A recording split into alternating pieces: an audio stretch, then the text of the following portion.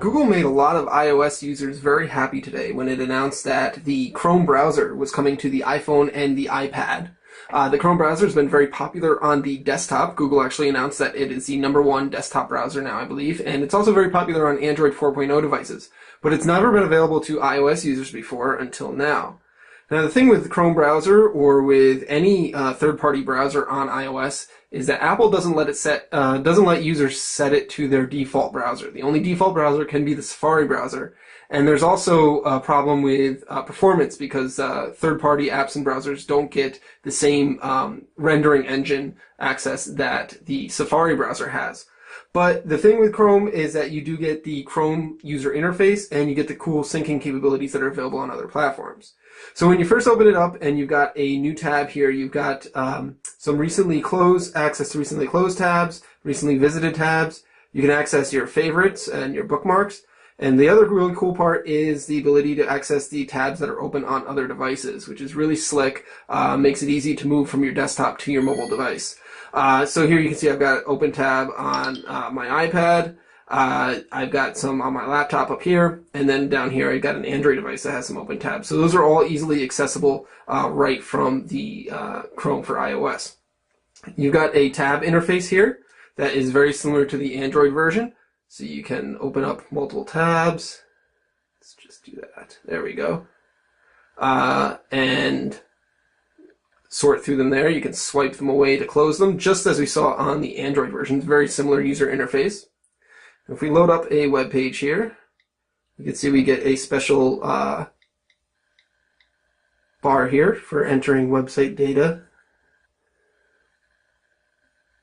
And so even though the Chrome browser doesn't have the fastest JavaScript rendering engine, it still is pretty snappy when it's loading pages. It loaded that up pretty quickly. I'm on a pretty fast Wi-Fi network here, so that loaded up nicely. And you got tap to zoom. You got pinch to zoom, of course. Works pretty well. You can use it in landscape mode as well. So you have to reload our website in order for it to fit.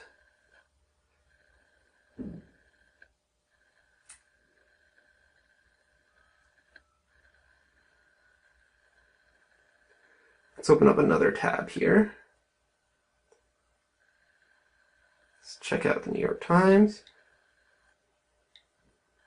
And so as you see here, the Omni bar, or the address bar there, performs searches as you type, so you can access your recently saved pages or recently visited pages, your bookmarks, and then standard Google web searches. So that's all very cool and very useful. Very similar to the Chrome experience on a desktop computer or on other mobile devices.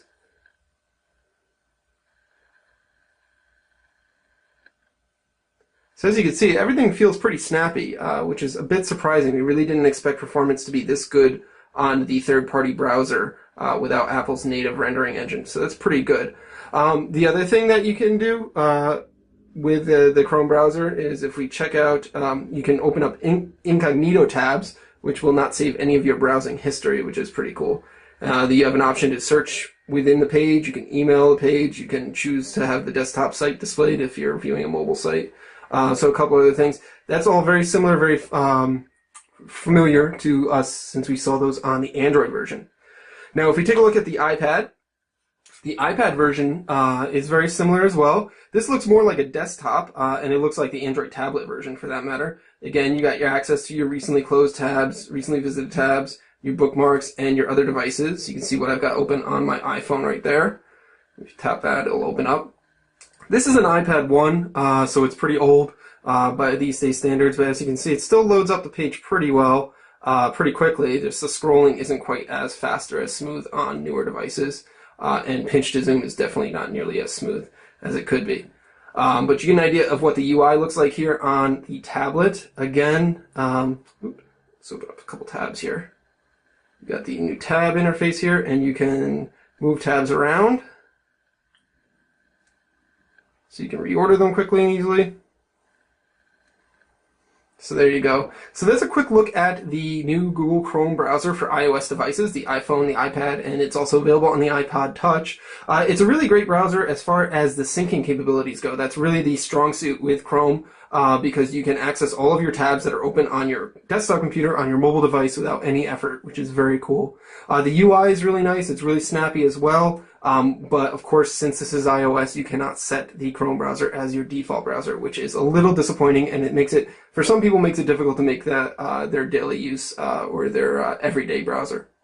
But for now, that's a quick look at Chrome for iOS. This is Dan Seifert with MobileBurn.com. Thanks for watching.